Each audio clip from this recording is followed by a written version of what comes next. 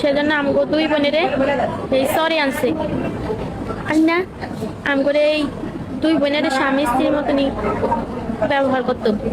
আমরা প্রতিবাদ করতে গেলে আমগরে ভয় দেখায়, মায়ের লেবু কাটটা লেবু ছুরি ধরে নেশার ওষুধ খাওয়ায় আমগরে এই অবস্থা করে।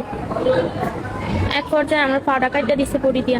আমার আব্বু করছে এই কাজ, আমি আমার আব্বুর ফাঁসি বা যাবজ্জীবন কারাদণ্ড চাই। কোনো বাবা যেন কোনো মেয়ের সাথে এ ধরনের কাজ যেন কোনো বাবা যেন করতে সাহস না পায়। রোগী হলো আমার বোনের মেয়ে, আমার ভাগ্নি। এই রোগীর সাথে তার নরপশুক বাবা ইসুক এবং জঘন্য কাজ করে। আর তার মাকে চট্টগ্রামে পাঠিয়ে দেয়, মেয়েকে রেখে দেয়, মেয়েকে তার সৎ মায়ের কাছে রেখে দেয়। তো যখন মা চলে যায় তখন সৎ মায়ের বড় মেয়ে এবং মুখারমা দুই মেয়েকে চলে নিয়ে এসে সাংসারিক কাজ করায় এবং তার শারীরিক মিলামিশাগুলা মেয়ের দুই অমতে জবরদস্তি সে জঘন্য মিলামিশা করে। রোগী তো আমরা যেটা শুনছিলাম যে ওর বাবা ওকে দর্শন করছে, ওর মা ছিল না।